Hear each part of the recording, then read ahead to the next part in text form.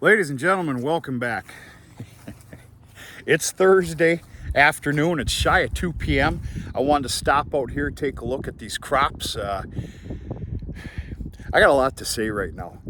I had to take a small trip into my local little town. I've got a new oil bring to, for used oil now. He's a good younger guy. He's got a shop going now. He's too busy. And yeah, I bring all my used oil there now, and I literally just brought him about 40 gallons worth, and I wanted to stop on out here and take a look at this absolute beautiful site.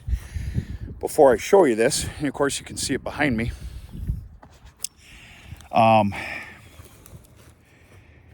you need to understand what kind of weather we have had here. Now pay no attention to this. Most of you know that a bale line was right here. Folks, it's just shy of 80 degrees right now. We got a rain last night, one of the most beautiful rains you could ever ask for. And then about 2 days ago, and by the way, yesterday was just nasty, warm, and sticky, which of course is alfalfa's best friend. 2 days ago, we got lucky. We were projected to have one hell of an Old Faithful nasty spring thunderstorms. We missed the severity of it, I'm gonna say, and we got a beautiful rain a couple days ago. So we've had a perfect world here with some weather, lots of sun, mixed in with a fair application of fertilizer. And just look at this.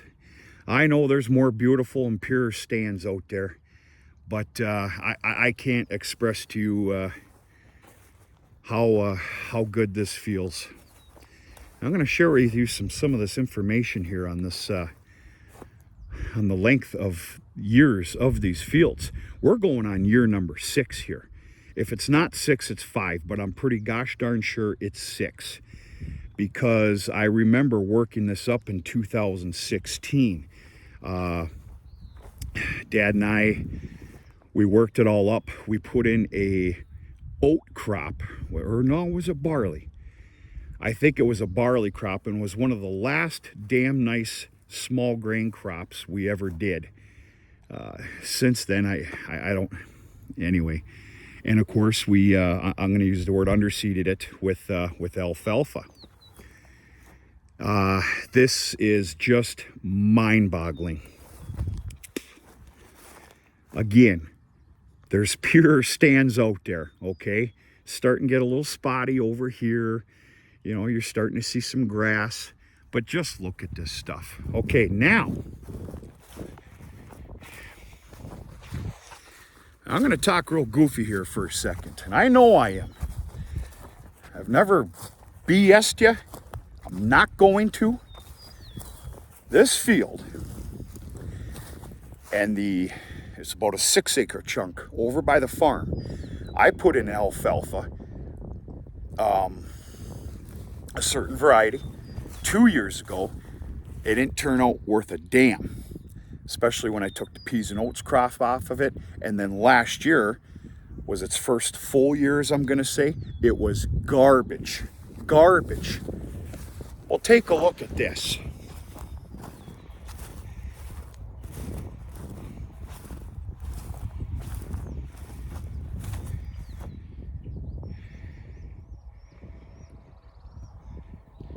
I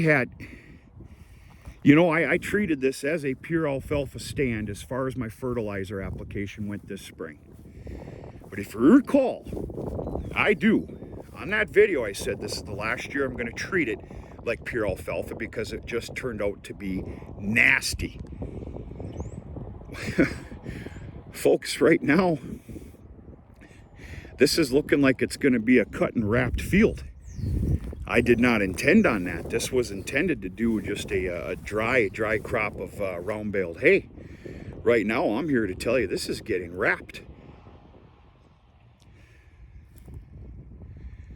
Unbelievable. Now, we are on the good end. This field has been, I'm going to use the word decimated, back there by the deer. I truly need to go back there as well. But this is just ridiculous. I'm here to tell you this did not exist last year. I know how stupid that sounds. It didn't. Okay, now there's some significance with this field right here, which is going on year 6. Mind you, I do my job in fertility as far as just potash. Now for the last couple years, I have not treated this. This has been my grassy alfalfa field actually for probably 3 fields, and 3 years. And I treat it as such. Nitrogen has been being applied. I got some cleanup work to do. Holy shit, I got quite a bit of it to do. That's all right.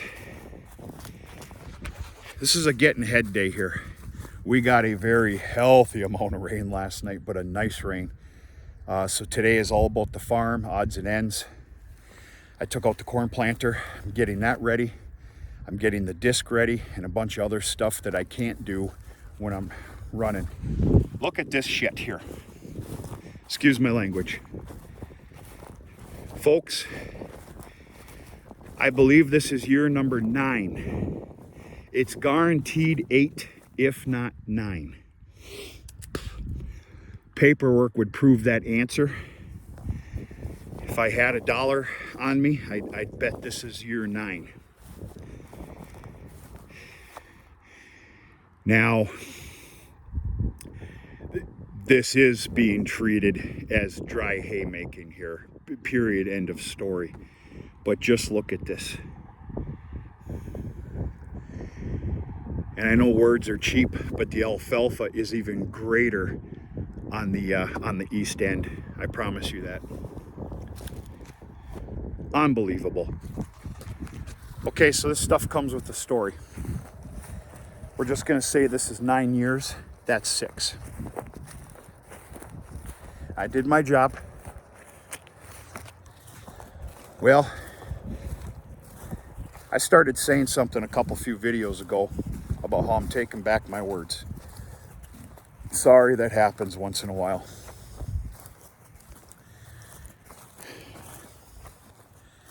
This alfalfa came from a local man that was a local seed rep here. Good, honorable guy. Did the best he could. He was a full-time farmer too. And a long story short, the seed company dropped him. Dropped him like a bad habit. Because he wasn't one of those multi-million-dollar, sales guys. Well, I've said it before, you got to stand for something. When that happened, I vowed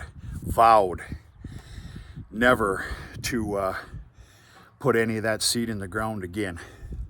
And yeah, I do feel like a jackass right now, but I'm taking that back. The proof is in the damn pudding here. Even though the variety I put in 2 years ago is showing its face now, somebody please explain that to me. I ended up contacting the company and a dealer in Wisconsin to get that same variety as that you're seeing here. That whole, 9-year alfalfa and 6-year alfalfa. I'm sorry, but I need to stick with what works, and I'm hunting that stuff down. Now, I really don't need all that alfalfa, the brunt of it, until next year. That 18.5 acres that's going into sorghum this year, that's going to be a pure stand next year. It's going to go in next year. This year, though, that 13.5 acres that's about 4 miles from the road that's got my winter rye in it, which I can't wait to look at that tonight. And I'll take you with me. That, after the rye has been harvested, is going to go into a grass and a light alfalfa mix. Well, the truth of the matter is that's coming up sooner than later. I'd sure like for that alfalfa mix to be that variety. And I'll just say it right now. I'm having a real hard time with this because of the tough words I've used over the last couple of years. But it's the Jun or June, however the hell you want to say it, J50 Plus, which is known to be their mediocrest. I like that English, alfalfa. But you can't go wrong.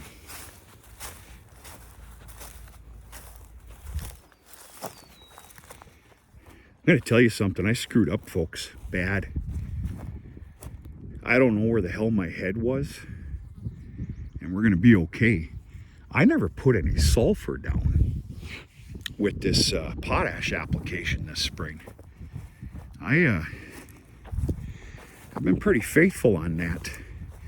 And it had nothing to do with trying to save a buck or two, which of course is a case these days. I just completely, simply didn't. I can tell you this though, after the first crop harvest is taken off of here, and by the looks of things, this guy here, I will be putting down another 100 pounds to the acre of potash, and I can promise you there is going to be some sulfur added into that. I have had tremendous luck with it. And of course, I'm not talking about AMS here, folks. I'm talking about sulfur.